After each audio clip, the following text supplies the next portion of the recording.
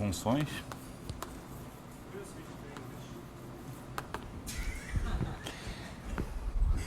Please keep reminding me. It's going to be difficult. Okay, so we started proving the subadditive ergodic theorem, and I hope to complete the proof today. Let me just remind a little bit of the notation of what we have done before and translate this sentence. So this is a subadditive sequence of functions.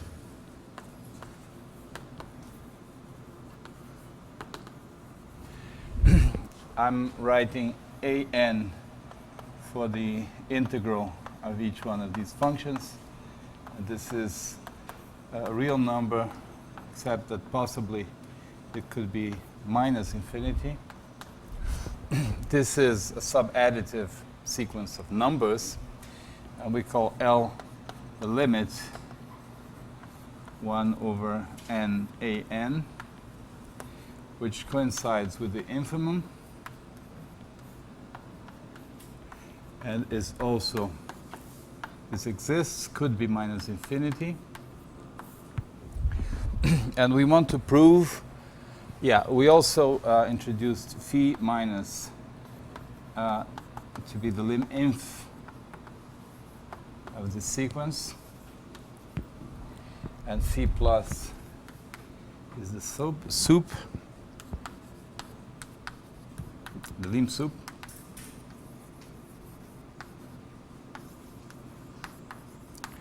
So it is part of what we want to do to prove that phi minus is equal to phi plus almost everywhere. That's the main point.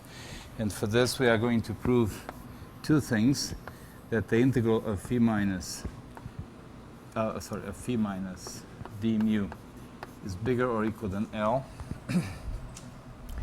That the integral of phi plus is less or equal than L. And then, since phi minus is less or equal than phi plus, this is obvious, it's lim inf, that is lim soup, then these three things together imply that phi minus equals phi plus almost everywhere. I'm going to write it like this: mu almost everywhere. So the two functions have the same value for almost every point, and of course, and then the integral of phi of the common value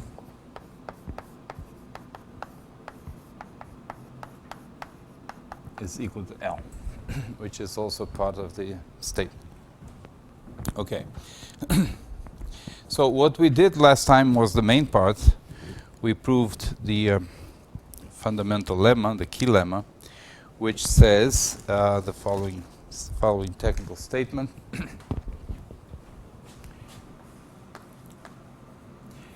Assume phi minus is not minus infinity for mu almost every point.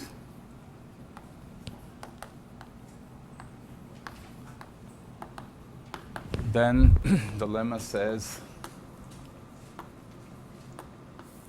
that phi n of x is less or equal than the sum from 0 to n minus k minus 1 ck of fi of x plus the sum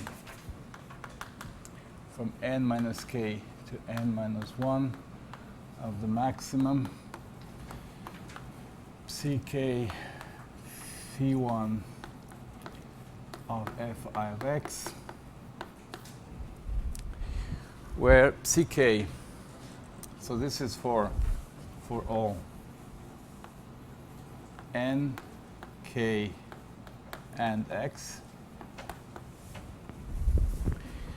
where ck of x is phi minus x plus epsilon if x is in ek, and is phi 1 of x if x is not in ek, and then ek was the set of points such that 1 over j phi j of x is less than phi minus of x plus epsilon for some j between 1 and k. Okay? So I think this is what we proved last time.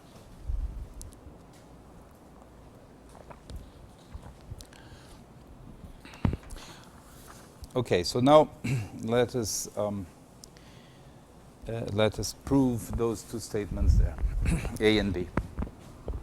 So the first step, the next step, is to prove that the integral of phi minus d mu is equal to L.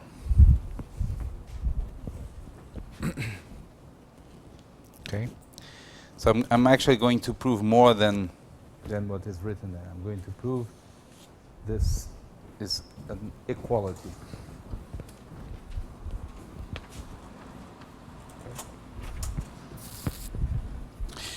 Now, I'm going to prove this in two parts.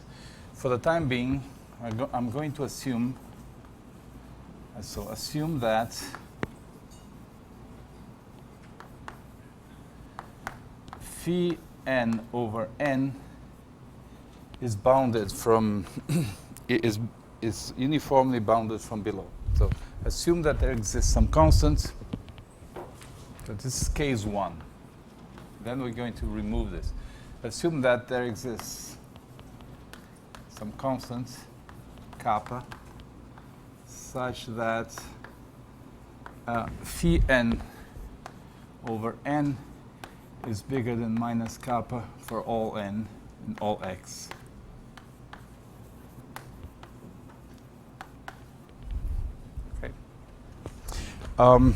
Sorry, I made a mistake here. This is the lim inf of 1 over n. This is the lim sup of 1 over n phi n. Okay? So in particular, in this case, phi minus of x is bigger than minus k for all x. Okay, so in particular, I have this here. Now, okay.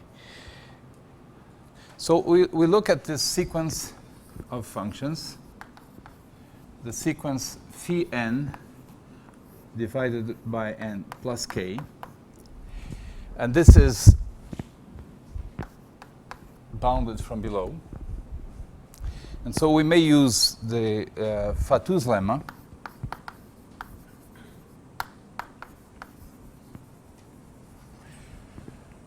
Fatou's lemma says that the lim inf of the integral,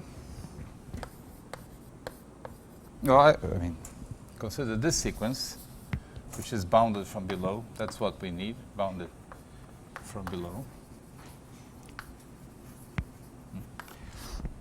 Then we can use Fatou's lemma, which says that the lim inf of the integral is bigger or equal than the integral of the lim inf.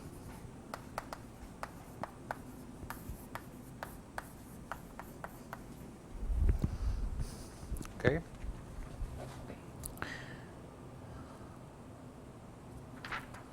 Well, but what this means is that, and this is the integral of phi minus, right? And this here, if I take n out, I use this. This is the same thing as the lim inf an over n, right? Just the definition of an. And this is, well, in this case, we know that the limit exists, and the limit is called L. Okay, so this proves that the integral of phi minus d mu is bigger or equal than L.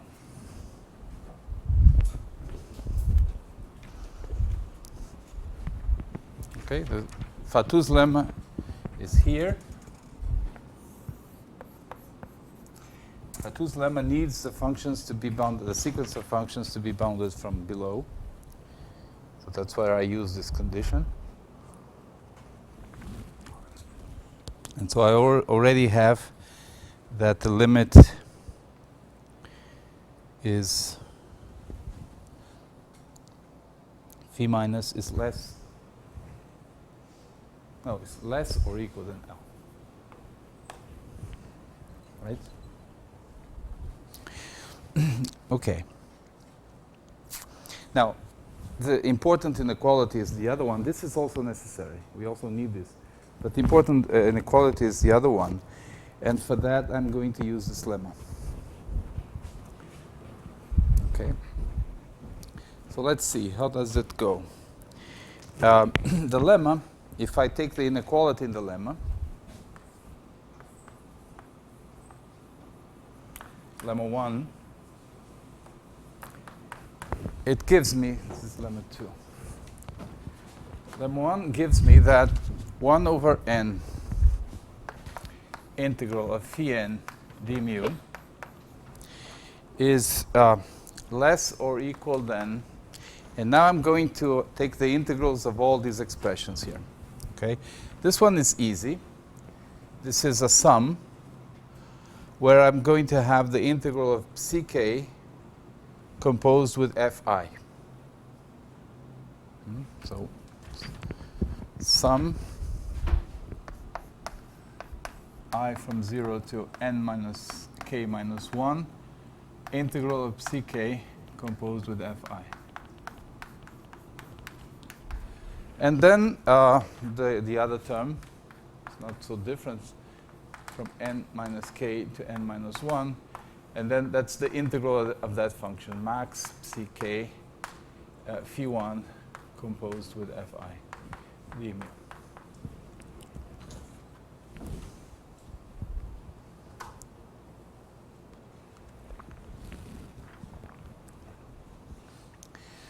Okay. So this here is an over n, the left-hand side.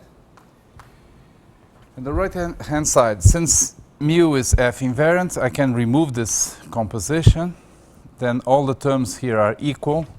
And so I have n minus k divided by n times the integral of ck d mu.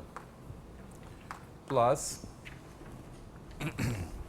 and here I have the same thing. The measure is invariant, so this composition is not important. So I have k divided by n times the integral of this complicated function, max ck phi 1 d mu. Okay. I use invariance. I use the fact that f is invariant through this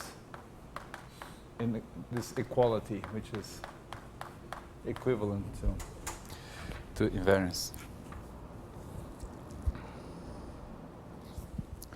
Okay, so what can we do with this? This goes to 0. If I fix k, this goes to 0 when n goes to infinity, k fixed. Right? This goes to 1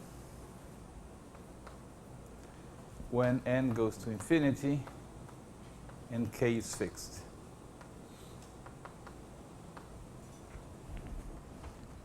Right? So what I do is first fix k and let n go to infinity. We can do that because the lemma is true for n bigger than k. So we conclude that L is less or equal than the integral of ck d mu.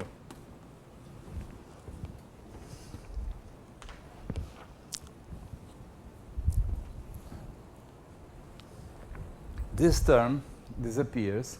I remarked last time that it's a very ugly term, but the important thing is that it only involves a finite number of terms, k, which is small. And then we can make n much larger, so this simply disappears from our calculation. So the conclusion is that L is less than the integral of Vk for every k.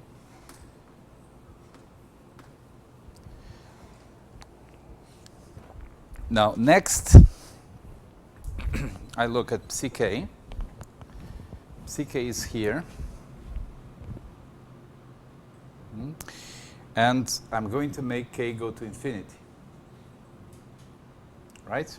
Now, k is involved in the definition here because I have two cases. K is involved in that I have this set ek. And here inside, my function ck is given by phi minus plus epsilon, and outside it is given by phi 1. So what happens when k grows? Well, we already know that. When k grows, the set ek grows as well. We have this property. More than that, we know that the union of all the ek's is everything. Okay, so when k grows, this domain here gets to be the whole thing. So as k goes to infinity, ck of x converges to phi minus of x plus epsilon.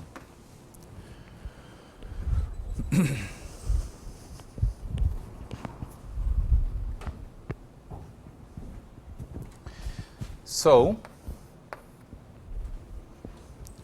this integral ck d mu converges to the integral of phi minus plus epsilon d mu.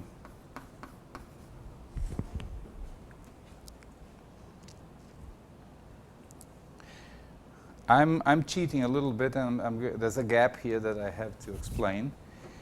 When you have a sequence of functions converging pointwise to a certain function, you have to say something in order to guarantee that the integrals converge. It's not automatic, but I'm going to do that. Let's go to the end of the argument, and then we come back. So ck converges to this. So when I make k go to infinity, this inequality gives that the integral of L d mu is less or equal than the integral of phi minus d mu plus epsilon.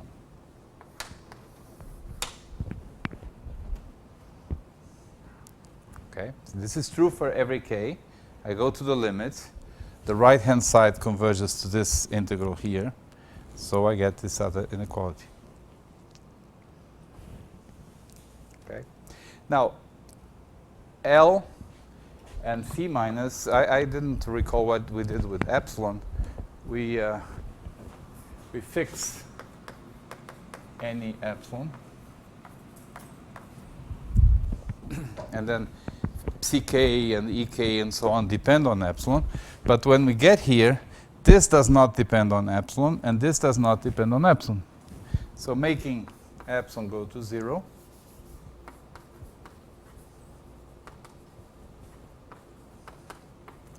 we get that L, there's no integral here, it's just L. L is less or equal than the integral of phi minus d mu. Okay? So this lemma is proved. First, this inequality, and now this inequality. Perhaps Oi? Ah, porque a integral de uma soma é a soma das integrais.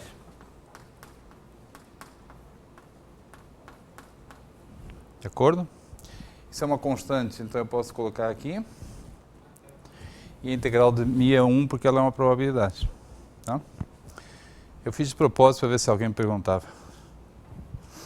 Tá certo?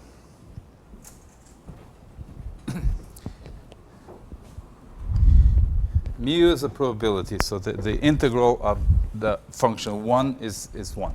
The integral of a constant is the constant, the same constant. Okay, so the only thing that is missing, there are two things missing to finish the proof of this lemma. The first one that I want to answer is here. Why can I do this? Well, there are various theorems in measure theory that allow you to go from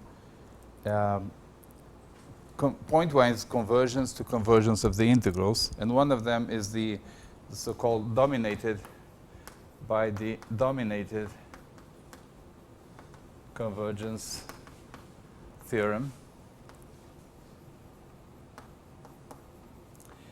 The dominated convergence theorem says that it's okay to do that if you are able to prove that this sequence is dominated, is bounded by an integrable function, and that is true here.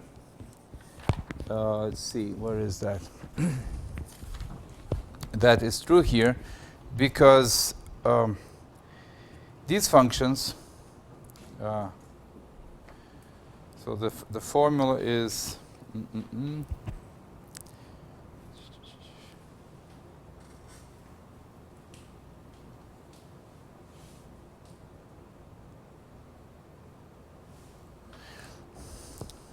I think I had already observed that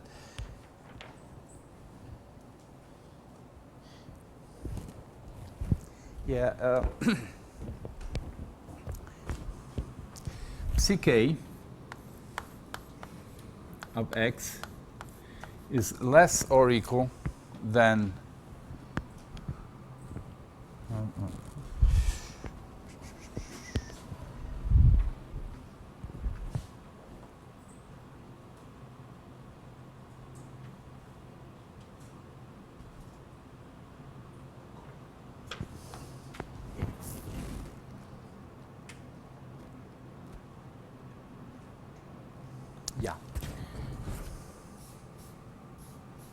so pk is less than the maximum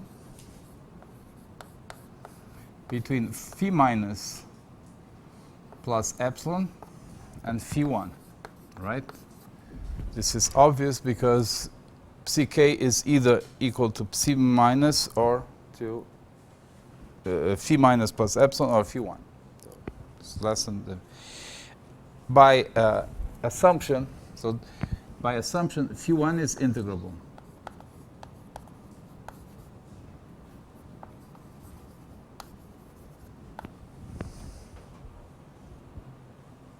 Well, phi 1 plus is integrable.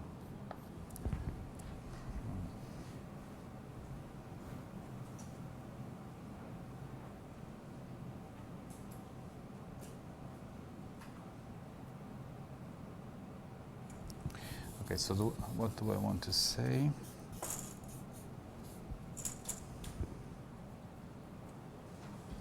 Yeah, phi 1 is integrable. 1 plus is integrable.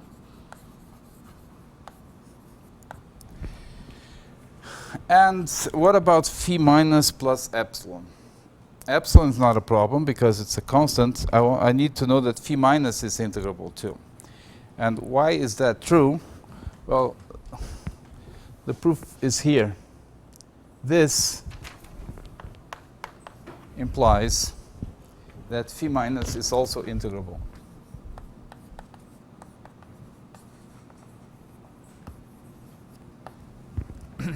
By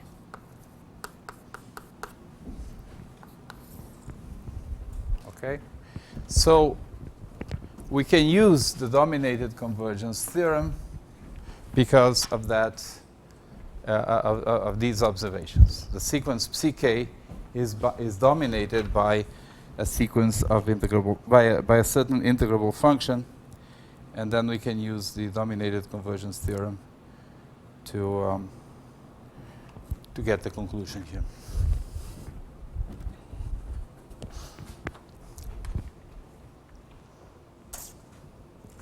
Okay, so this, I mean, you may want to think a little bit more about that, but that proves the lemma when we have this, under this assumption.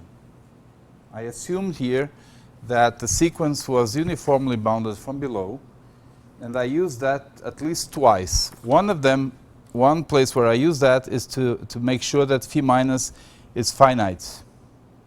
But I also use it here when I apply the Fatou's lemma. Okay? So now we want to remove, we want to do the general case.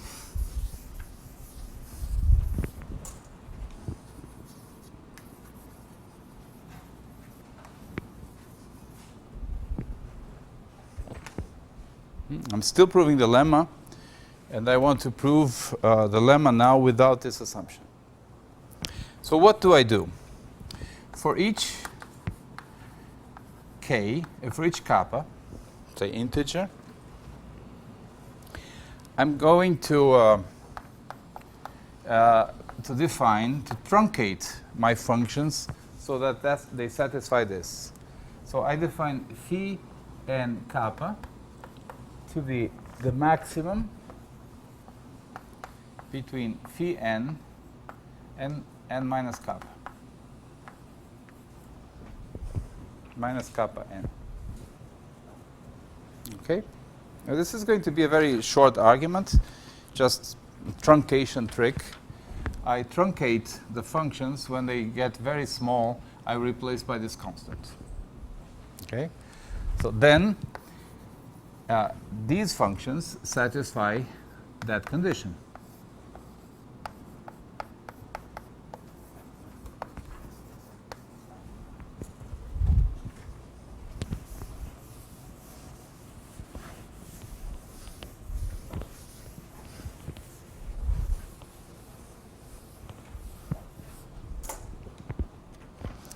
And so, by the first part,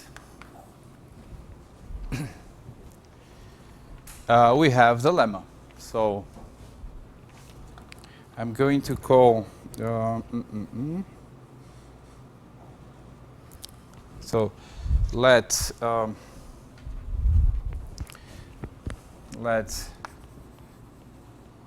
phi kappa minus be the lim inf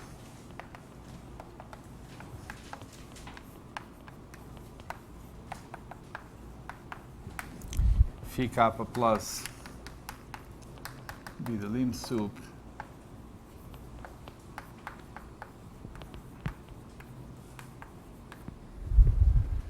and so I can apply the previous argument to this sequence, and I conclude that what do I conclude? That the integral of phi kappa minus is equal to L kappa.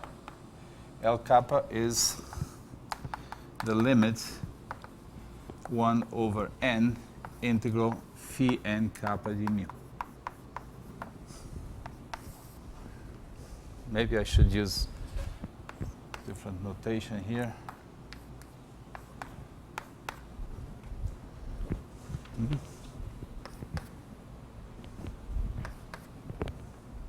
Okay, so just consider for each kappa, truncate, look at the corresponding sequence phi n kappa, do everything as we did before. We have a lim inf, we have a lim sup, we have the limit of for the integrals, and then we get this formula here. Okay.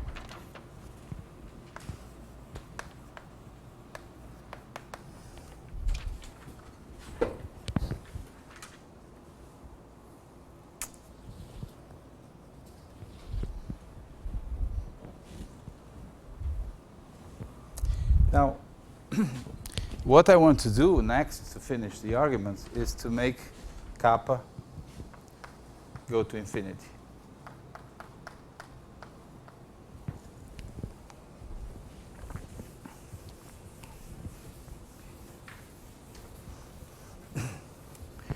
And I just have to be careful and check that everything behaves as one would want. So what happens with when kappa goes to infinity, phi n kappa, first of all, phi n kappa x goes to phi n x. This should be obvious, right? Because when you make kappa go to infinity, this minimum goes down, so for every x.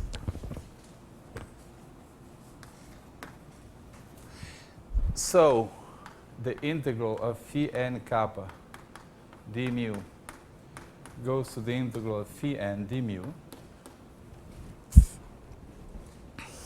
And now, in fact, we have a situation similar to the previous one. We have a sequence converging pointwise to a certain limit. We want to conclude that the integrals converge.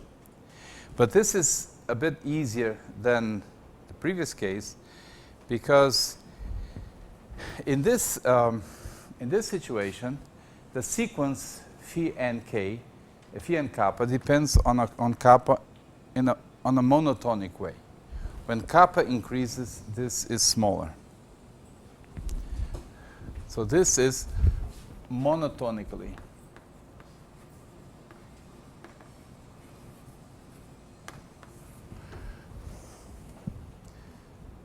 As a function of kappa, this decreases when kappa increases. Okay? And when the sequence is monotone, things are easier. You can use the monotone convergence theorem.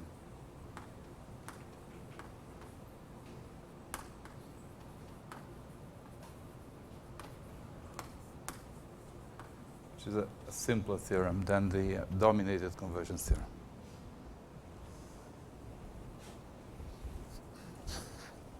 Okay, so in conclusion, we have that for the same reason, phi minus integral of phi minus d mu, the integral of phi kappa minus d mu converges to the integral of phi minus d mu.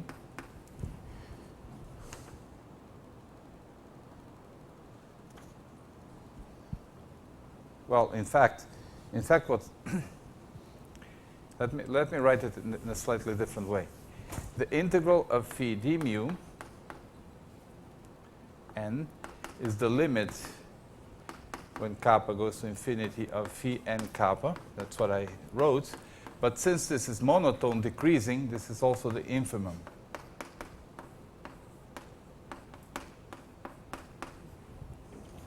And we have a similar formula for phi minus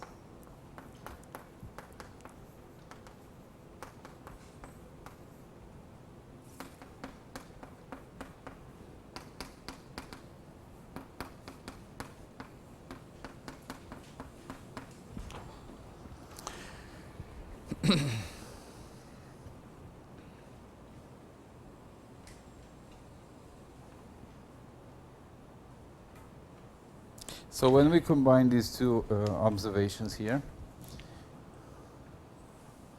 yeah, this was also the infimum in n.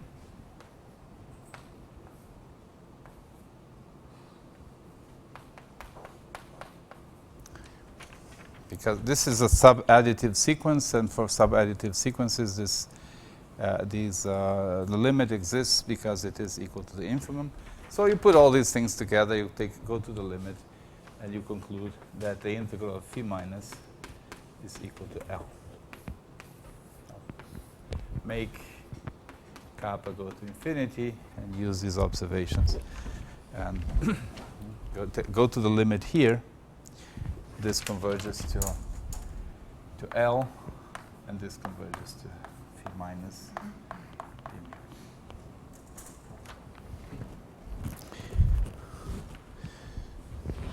Okay.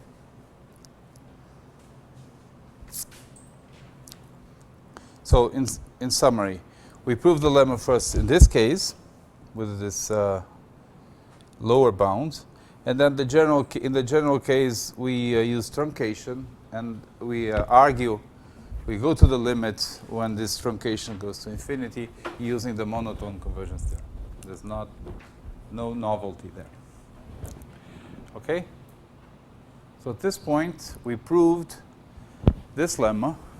The integral of phi minus is equal to L always.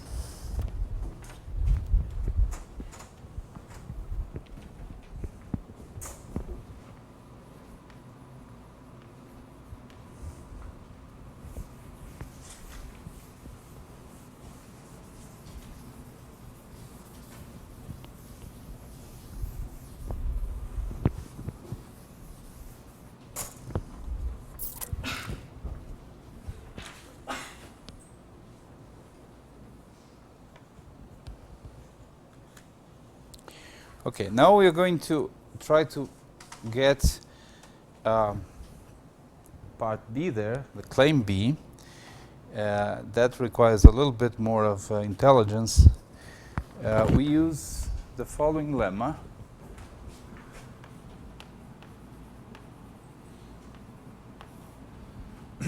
It's a very nice, surprising lemma.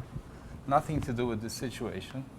Suppose you have a function from M to R measurable such that this function here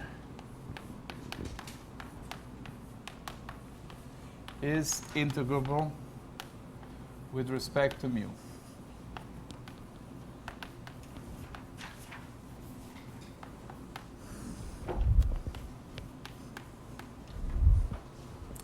Then 1 over n phi calculated on fn of x goes to 0 mu almost everywhere.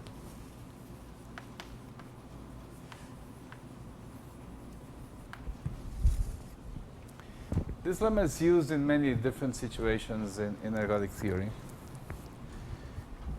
It is a bit magical because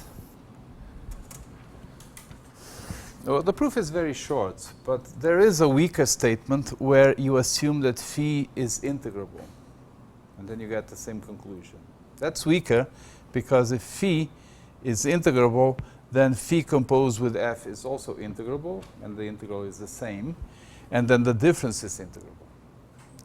So if you assume that phi is integrable, then psi is also integrable. But it's important in many applications that the assumption is not on phi, it's on psi. There are situations where you don't know that phi is integrable. In fact, phi is not integrable, but psi is, and you need a lemma. Okay? And it's somewhat magical that you can do that. So what is the proof of this lemma? This is going to be used more, at least a couple of times more for other results. The proof of the lemma is that you look at the sum of psi f I of x, I from 0 to n minus 1. So look at the sums of this function psi on the orbit of a certain point. Now this is easy to calculate because of the formula for psi.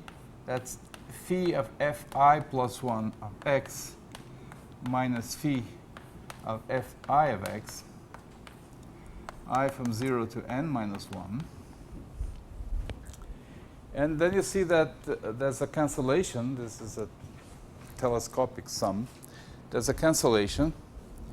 This is equal to phi of fn of x minus phi of x. Okay.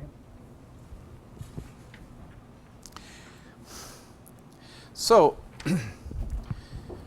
1 over n phi of fn of x is 1 over n sum I from 0 to n minus 1 psi fi of x plus 1 over n phi of x.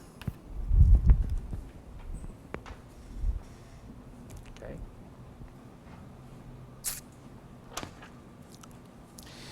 The last term is not a problem. This is a constant. You divide by n. Of course, this goes to 0.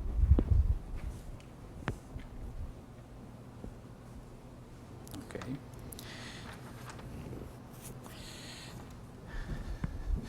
This limit,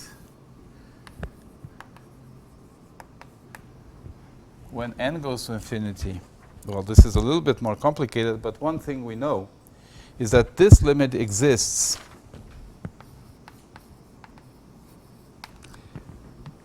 by the ergodic theorem of Birkhoff.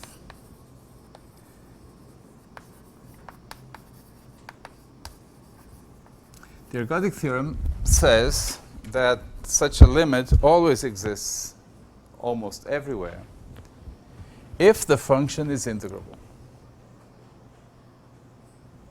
This uses the assumption that psi is integrable.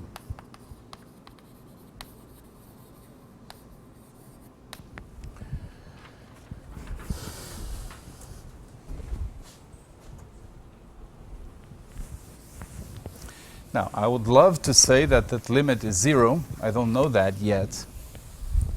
But at least I know that the limit exists. So, the sequence 1 over n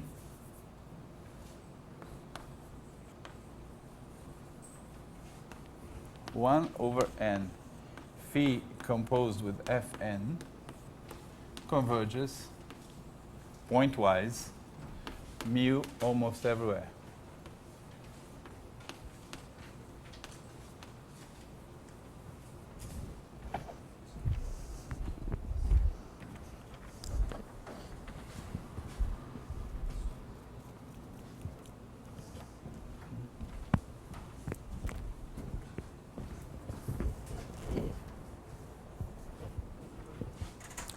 Now, I'm going to look at the set of points given epsilon. Let us consider the set of points such that this function, the sequence, is in absolute value bigger than epsilon.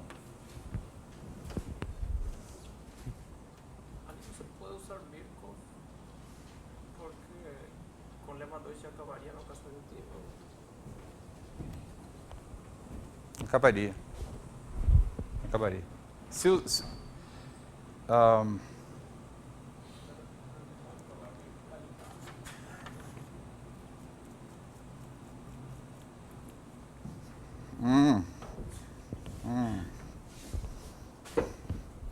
I promised I would not use Birkhoff. Now that's bad.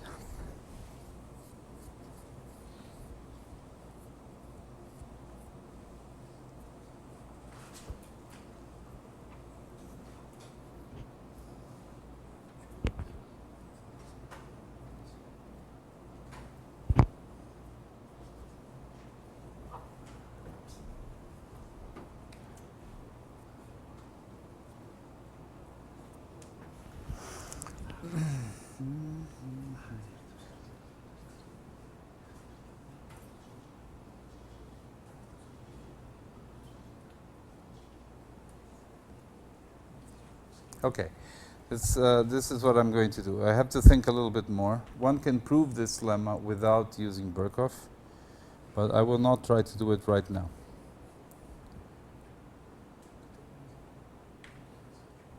Yeah, this I have to fix. Okay, I will not try to do it right now.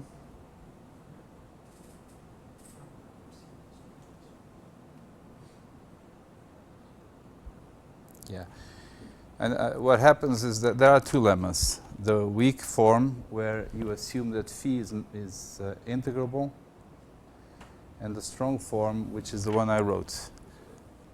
No caso aditivo, você tem que tomar sinal menos, vai tomar É. resultado para É. formar, mas acabaria. Mauricio is observing that in the additive case, once we get here, the proof is done. That's true, but there's a cleaner way to. Okay, I owe you the proof of this lemma. Let's skip this lemma right now, and then I'll do that next time. I have to think what is the best way to organize the argument. Okay, but I'm going to skip the this proof for now. Okay, so now we have the next lemma.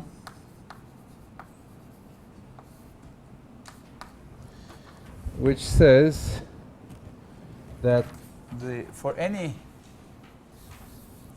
k fixed, the lim sup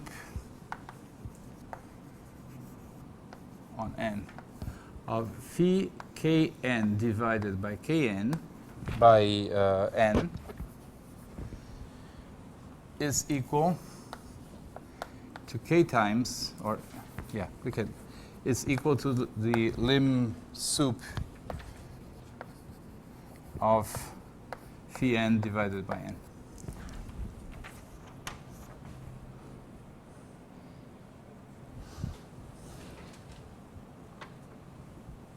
Okay.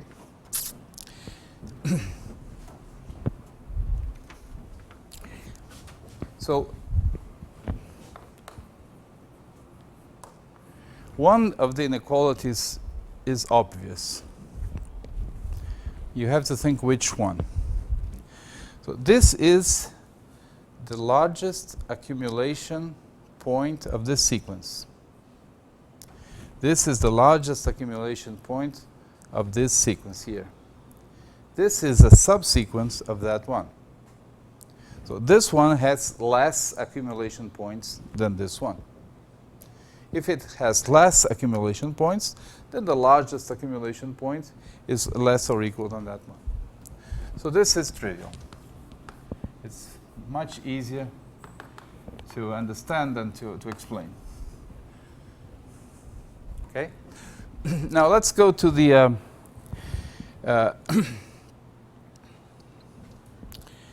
to the other inequality. The idea is very simple.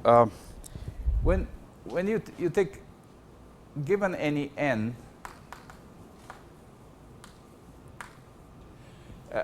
we can write, we can divide n by k. So n equals q times k plus r, with r between 0 and k. And then phi n is of x is less or equal than phi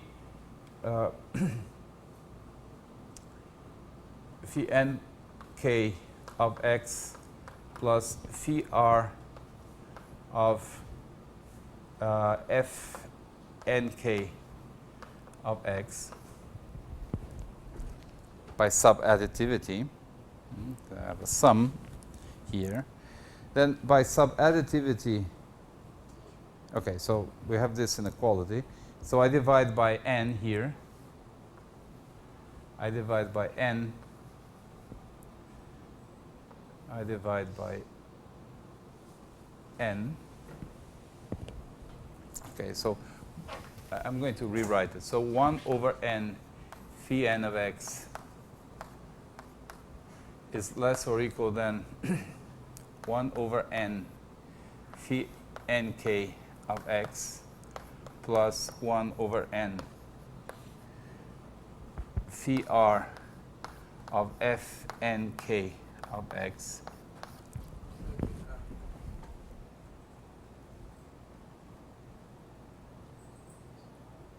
Não entendi. No lugar de NK é QK.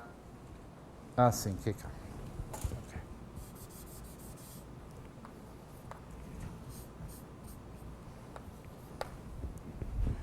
Okay. And then this I can rewrite as follows. I can write QK here, divide by QK here, right? And then when n goes to infinity,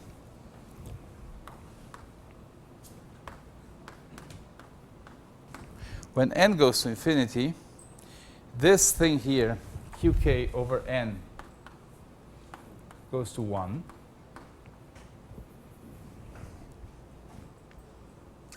Right? Because R is bounded between 0 and k. K is fixed. Now we make n go to infinity. This term becomes more and more important than the remainder. And 1 over n phi r of f and k goes to 0 by lemma 3.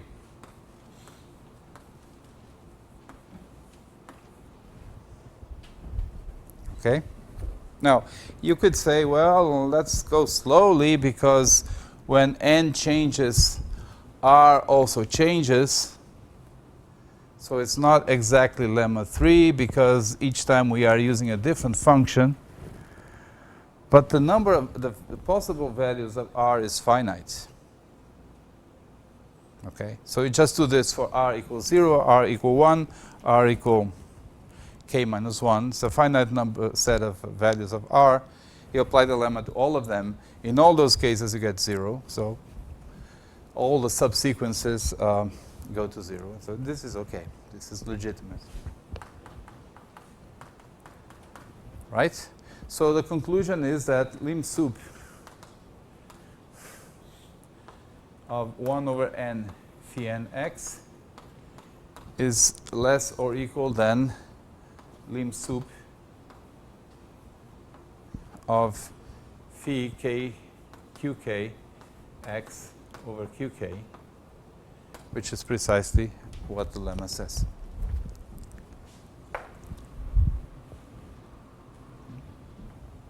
Well, this is the other inequality. We already had one inequality, now we have the other one.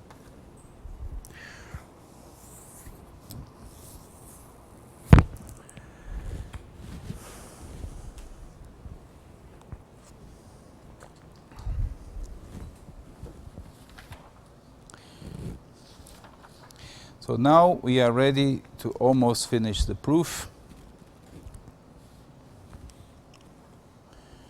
We are ready. There's only one lemma left, and it's lemma 5. Says, suppose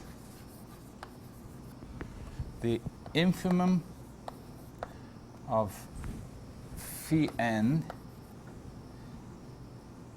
of x, the infimum on x, is not minus infinity for every x. Then the integral of phi plus d mu is less or equal than L. Yes.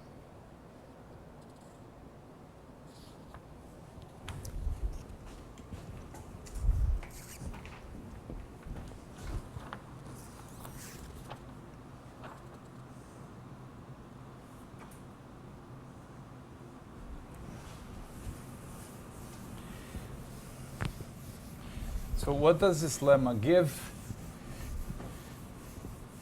It gives us this inequality here. This time only one inequality, but it doesn't quite finish the proof because I will have to have an assumption. I have to have an assumption here. Okay? Now, to finish the proof, I will have to remove this assumption, and that will again be a truncation argument similar to the one I used in the lemma. Okay, let's prove the lemma, and then we do the truncation, and then the proof of the theorem will be over. So as you are probably noticing, there's nothing really very intelligent in what we are doing now. It's the only intelligent thing here is really this lemma, the lemma. The rest is basically manipulating and using the main lemma that we prove next time. So, what is the proof of this lemma 5? We're going to fix n and k. And then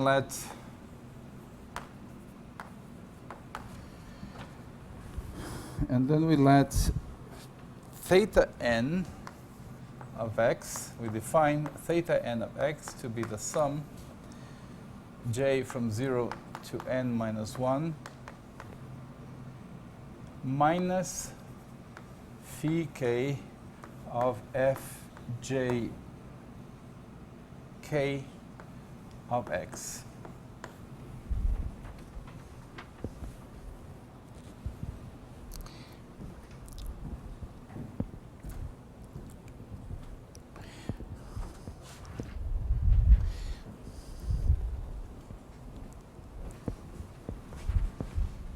Okay.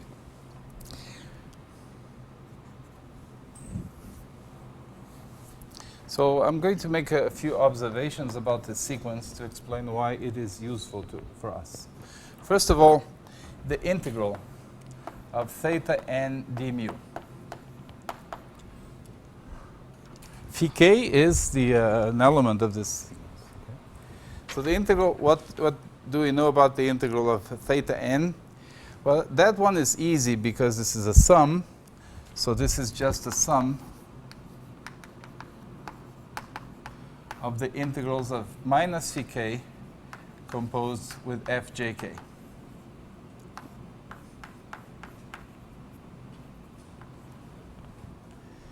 And we have a bunch of iterates of f here, but they are irrelevant because mu is invariant. So this is the sum j from 0 to n minus 1 of the integral of minus phi k. And now the terms don't depend on j, so this is equal to n times minus n times the integral of phi k d mu.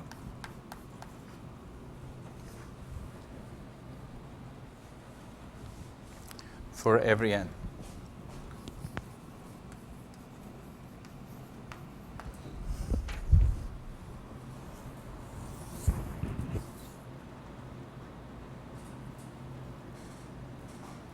Now, we have another property,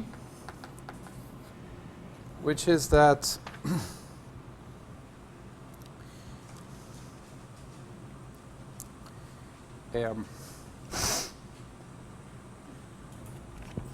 theta n is less or equal than minus phi k n, also for every n. Why is that? Phi k n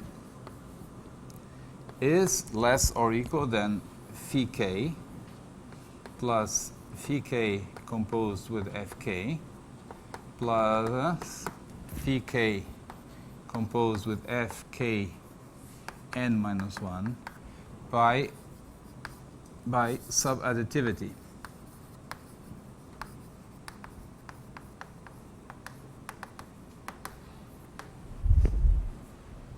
Right?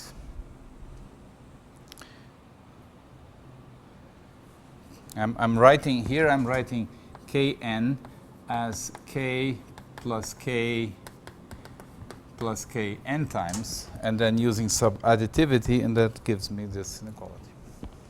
And this, if you look at what's written there, is saying that phi kn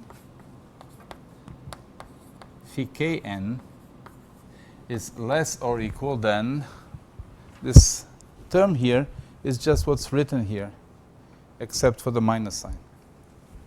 So phi kn is less or equal than minus theta n, which is this. Okay.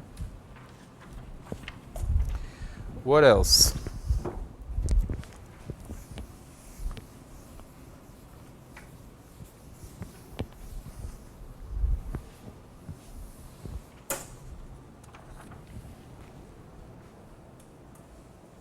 And then, as a consequence of that,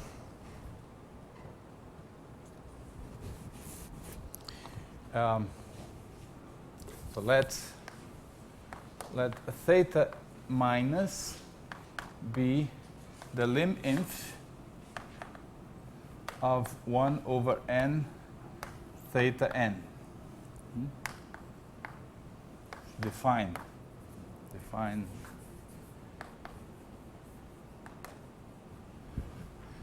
Then, from the previous inequality here, then theta minus is less or equal than the lim than the lim inf of 1 over n phi kn over n with a minus sign,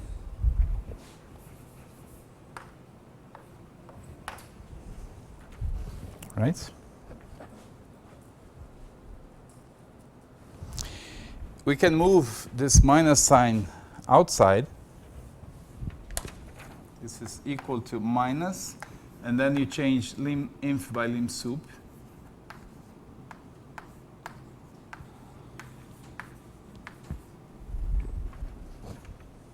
Right? And then you use lemma 4, which says that this is minus lim sup of 1 over n phi n. And then you remember that lim sup 1 over n phi n was phi plus. So what I've shown is that theta minus of x is less or equal than minus phi plus of x.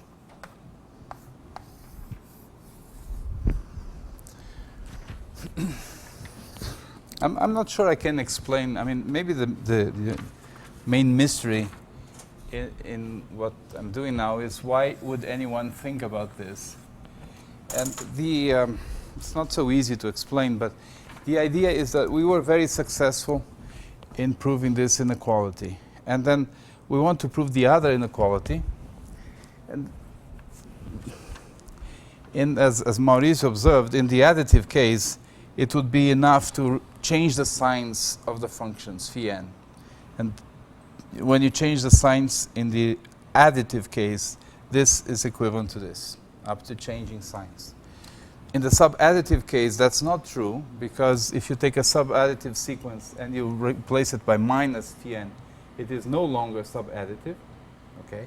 But still you try to use the same idea. Basically, we are changing signs here, taking the minus sign. I don't know if this helps, makes it more easier to follow, but that's the idea. Okay, so we have that, and we are close to proving, to finish the proof of the... Oh no, there's a little mistake here, right? Limit 1 over n phi kn is k times. Huh? This k here that is missing. Okay? So what I proved is that theta minus is less or equal than minus k phi plus. And so the integral of theta minus d mu is less or equal than minus k integral of phi plus d mu.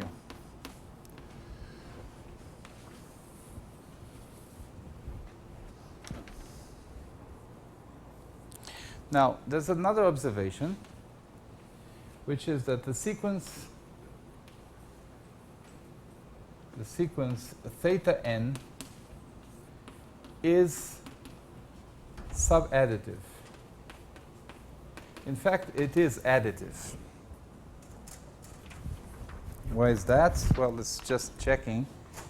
Theta m plus n of x is the sum. Well, it's because it is of this form, right? I already observed that any sequence which is defined by the sums of a certain function on iterates of the point is an additive sequence. But I might as well do the calculation again.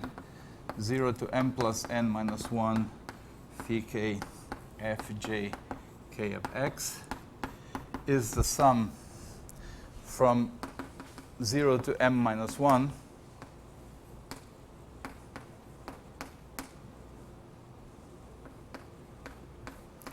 plus the sum from 0 to n minus 1, but here you have to write phi I plus m of x. Okay, so this is theta of m of x plus, and this is theta n of f m of x. And we have an equality. So that sequence is additive.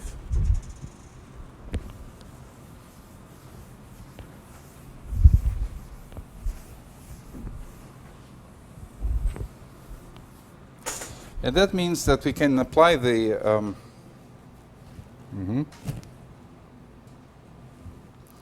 that sequence is additive. I have one more observation. Theta 1, I should not have erased. Theta 1 is equal to minus phi k of x. That's what was written here. When you only sum ones. Theta 1 is minus phi k, which is bounded above by its supremum.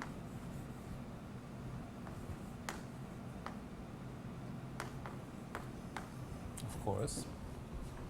Its supremum is minus the infimum.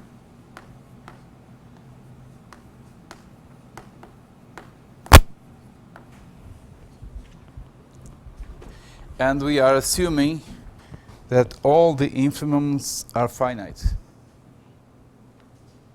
So this is finite. So the function theta 1 is bounded.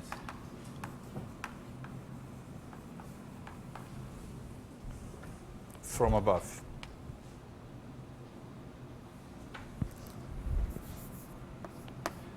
And if theta 1 is bounded from above, then theta 1 plus is bounded.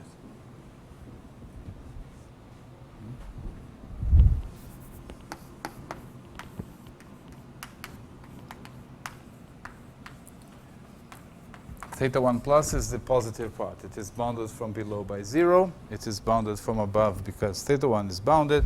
So theta 1 plus is integrable.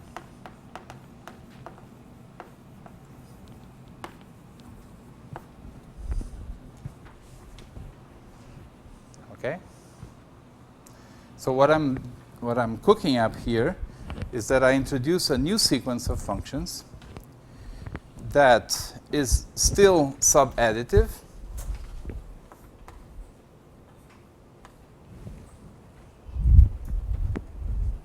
and has this integrability property.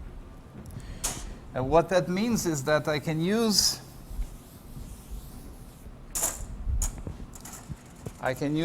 everything that I have proved so far, and I can apply it to this sequence, because I'm in the assumptions of the theorem.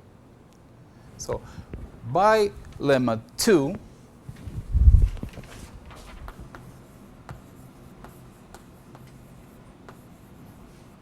applied to theta n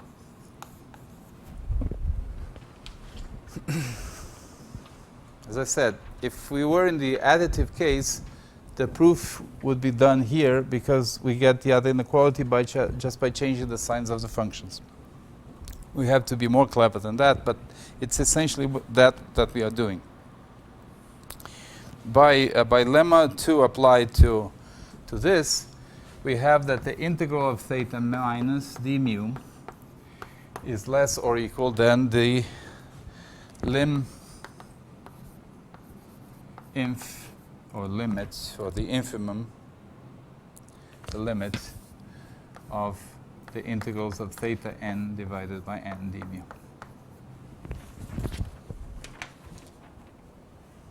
Alguém tem uma caneta aí sobrando? Vou fazer uma anotação aqui.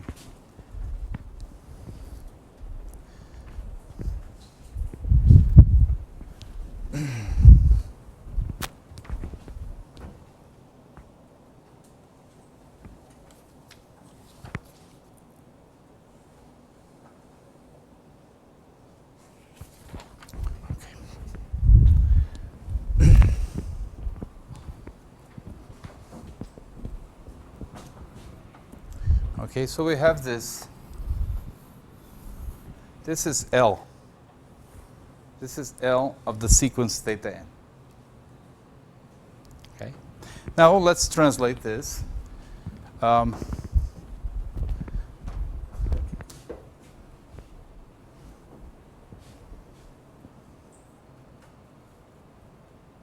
Sorry, is equal. Equal.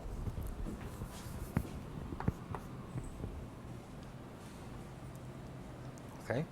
Now let's translate this. We know that this here is smaller than minus k integral of phi k d mu,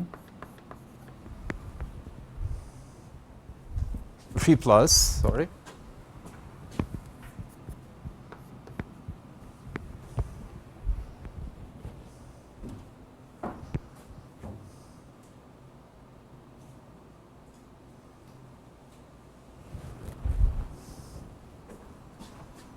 What else?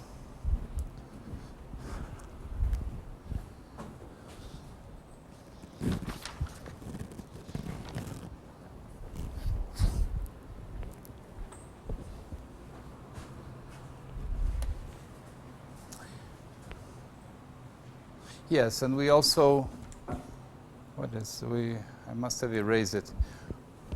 We also had that the integral of theta n is equal to n times minus n times the integral of phi k. This was number 2.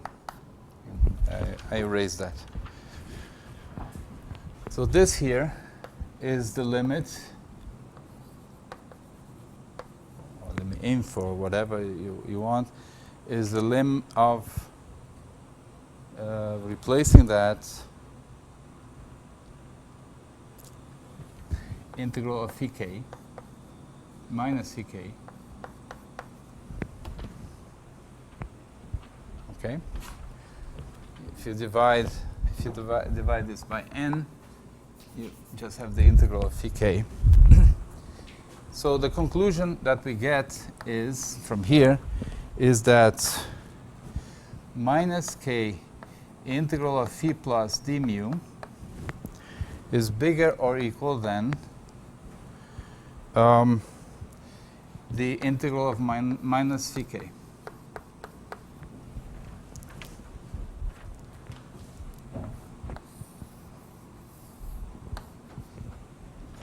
There's a limit here, but this expression does not depend on n, so I can erase it.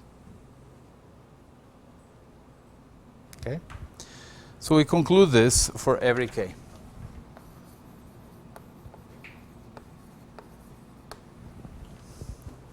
And now we are done. This implies that phi plus d mu integral is less or equal than where I move minus k to the other side, is less or equal than 1 over k integral of phi k d mu for every k.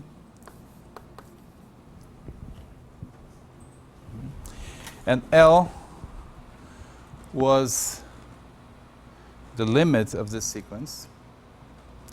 If this side here is smaller than every element of the sequence, then it is smaller than the limit. Okay? And this finishes the proof of lemma 5. So you see, the trick for getting lemma 5 is essentially changing the signs of the functions. Theta n is the sum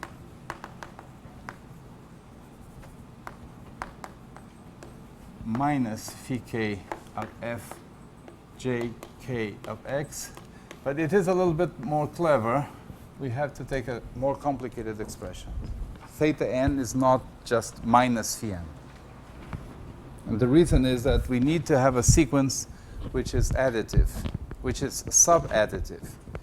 And if you just change the signs, it won't be sub-additive. Okay, now we are ready to finish. There's only one thing left, which is to remove this. Okay.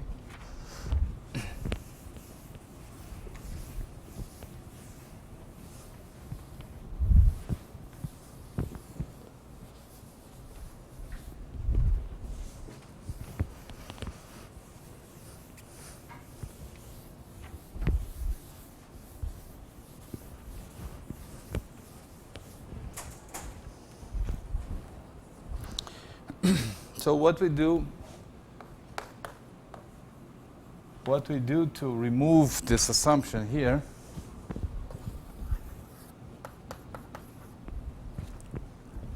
is again a truncation. For each kappa, it's a different truncation, but it's a truncation. For each kappa, you define phi n kappa of x to be the maximum between phi n of x. Well, it's actually the same truncation.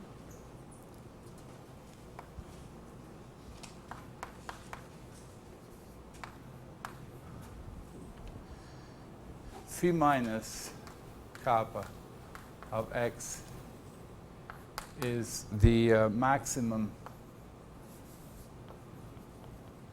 between phi minus of x and minus kappa, and phi plus is the maximum between phi plus of x and minus kappa.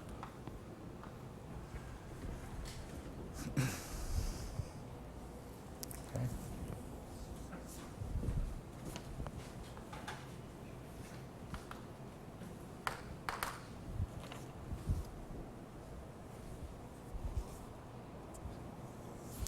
Now, these functions, so now we fix kappa and we go fix kappa. And then we can apply lemma 5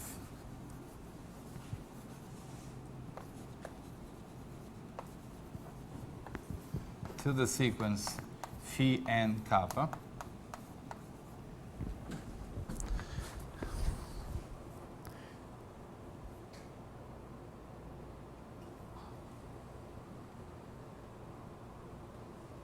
No, that's not what we do. We can do better. Apply the theorem. We already proved the theorem, and that is completely for sequence with this property. So we can apply the theorem.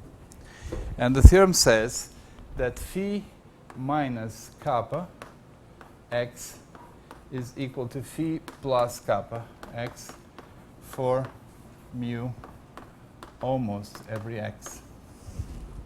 Okay. Okay, we already have all the statements that we needed. So we already have this for functions that are bounded from minus infinity. And these functions are bounded from minus infinity. Observe here that the infimum of phi n kappa is bigger or equal than minus kappa n. So it's bigger than minus infinity for every n. Okay? I'm not asking the sequence to be uniformly bounded from infinity. That would be a problem. I only ask every function to be finite, to be bounded in each function separately to be bounded from. Now make kappa go to infinity. And what happens when kappa goes to infinity is obvious here. You are taking the maximum between something and an expression that goes to minus infinity.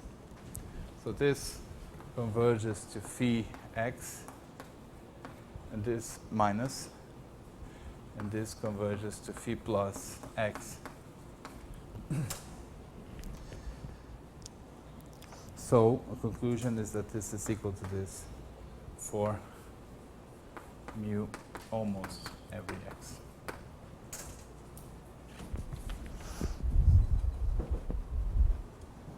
Okay.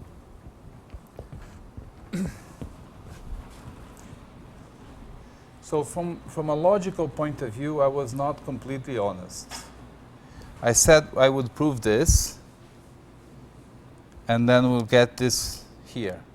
Logically, it's slightly different. We prove this always, and we even prove this with an equality.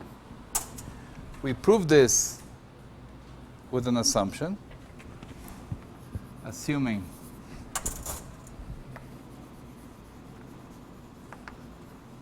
the infimum of phi n is finite for every n.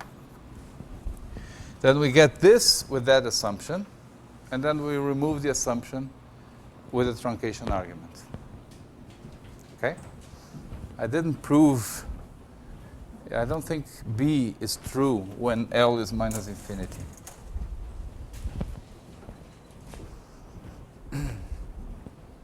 Well, let me put it the other way. It is true, of course, because in the end everything is equal, but I guess what I want to say is that I tried very hard to prove B directly in general, and I could not do it. The argument is just going around and covering all the cases the way you can cover, but it's not entirely direct. Okay? Questions? Comments? Complaints? If you want to remember this next week, I don't think you can remember what I said today. This is, this is so treating different cases in different ways and assuming this and then removing the assumption and truncation and so on. What you should remember of the proof of the subadditive ergodic theorem is this picture. You are not in EK, then you have a certain time where things are nice, then you are again not in EK, and so on. And this decomposition of time, of different moments in two different moments in the trajectory, gives you an upper bound for phi n, which looks technical, but it's really very nice. The main term is a sum, is a Birkhoff sum. From j 0 to something, and essentially to n minus 1. It's n minus k minus 1. It's this decomposition that makes the proof work. As Mauricio observed, if you are only interested in proving the ergodic theorem of Birkhoff, you can finish here, because you are dealing with the case where the sequence is additive, and for additive sequences there is a symmetry. If the sequence is additive, then minus the sequence is also additive. So in that case, you only have to prove one of these inequalities here. Okay. Now, I don't really know what to do with the rest of the time. Maybe I will use a little bit of the time to explain where we are moving. Before that, in the book there's a section that I'm not going to talk about at all because it's a different matter. There's a formula by Michel Herman to give a lower bound for the Lyapunov exponents. It's a really nice formula. He uses methods from harmonic analysis. It's a very short argument, but it's a very interesting technique to give bounds on the Lyapunov exponent. What we are going to do starting next week is to improve the theorem. We're going to improve this theorem in a rather spectacular way. What we know so far from Furstenberg-Kesten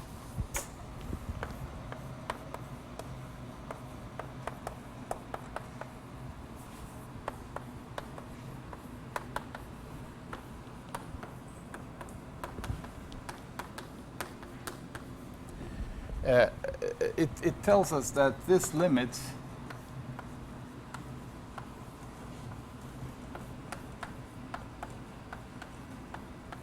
exists almost everywhere. This what we call lambda plus. So this is the statement of the Furstenberg-Kesten theorem. It is a little bit better because it also talks about the conorm, but we want to refine this, and it's a big refinement. We want to refine the statement in the following sense. What about not the matrix itself, but the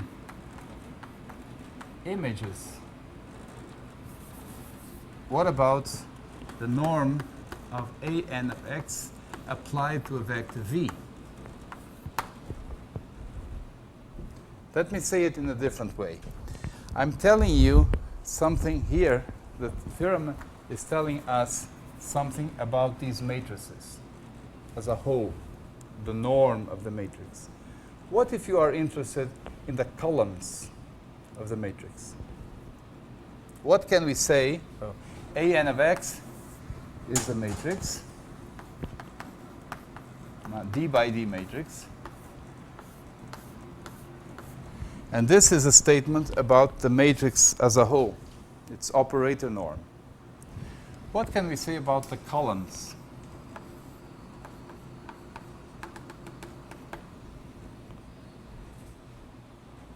What is the column of a matrix? Is the matrix applied, if this is the jth column, it's the matrix applied to the vector ej, to the vector that is 0 everywhere except in position j. Okay? So here I'm asking an even more general question. Not only what can we say about the columns, but what can we say in general about the images of vectors? Okay? For example, V is one vector, is a vector in the canonical basis of Rd. What about 1 over n log of this? I hope it is clear that this is a much finer statement because it's a much more detailed information about the matrix. It's always the matrix that is involved, but in this way we are going to give much more detailed information. Okay? And I'm going to state the theorem. The theorem says limit, I'm going to state it backwards. Limit 1 over n log a(n) x v exists for mu almost every x and every v in Rd.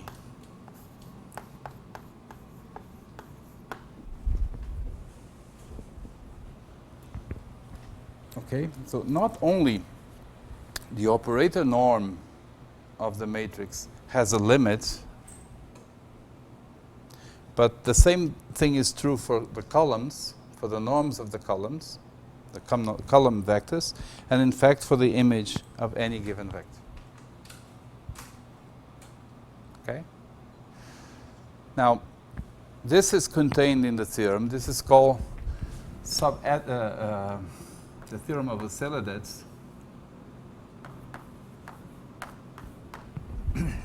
But the theorem of Oscilladets does says more, is nicer. It says there exist numbers lambda 1 of x, lambda k of x, and subspaces v1 containing v1 of x containing v2 of x containing vk of x. The big one is Rd, and the small one is, and then the 0. Okay, so there exists, and I have to make the statement logically sound, I have to say for, I have to put this in the beginning, for mu almost every x, there exist numbers lambda 1, etc., lambda k, so that this limit is one of those numbers.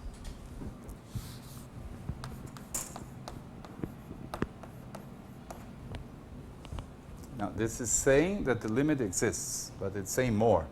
There are only k values that the limit can take. There's a finite set of values that the limit can take. And this limit exists for every v in what is the relation between v and j, for every v in vj minus vj plus 1.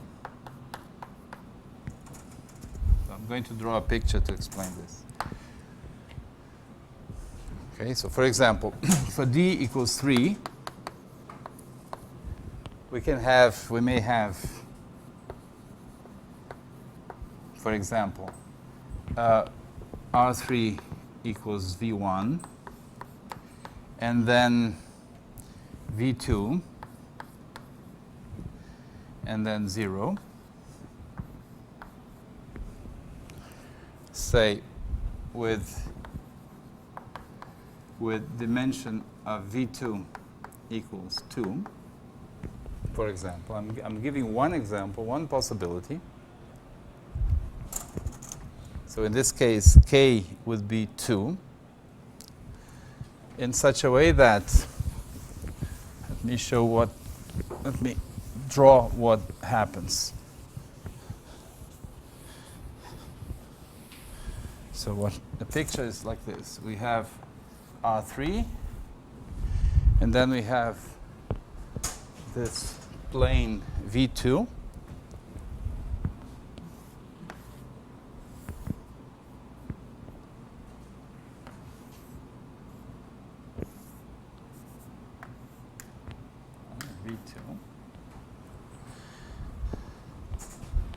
and we have two numbers, lambda 1 of x, lambda 2 of x. And what this is saying is, if we take a vector, if v is in v2, then the limit n goes to infinity 1 over n log of a n x v is equal to lambda 2. If v is not in v2, then the limit is equal to lambda 1. So the limit exists in all cases, and depending on the position of your vector with respect to these subspaces, it may take a finite number of values. Okay, this is the case j equals 1. We have the limit is equal to lambda 1 for every v in v1 minus v2. And this is the case j equals 2. We have the conclusion, the limit is lambda 2 for every vector in v2 minus 0. What I'm saying never makes sense for the 0 vector. Okay? I'm always removing the 0 vector. Okay, this is my convention. This is bk plus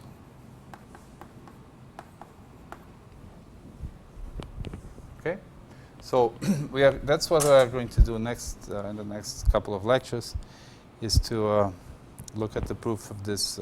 I'm going to state it more properly, and then we are going to discuss the proof of this theorem. This is a proof that was the original proof by Oscillades in 1968, and then there were several proofs by Raghunathan, by Ruel. They were based in linear algebra, so huge linear algebra calculation. But now there are proofs, there are dynamical systems proofs, and I will give one of those next week. Okay, so that's it for today.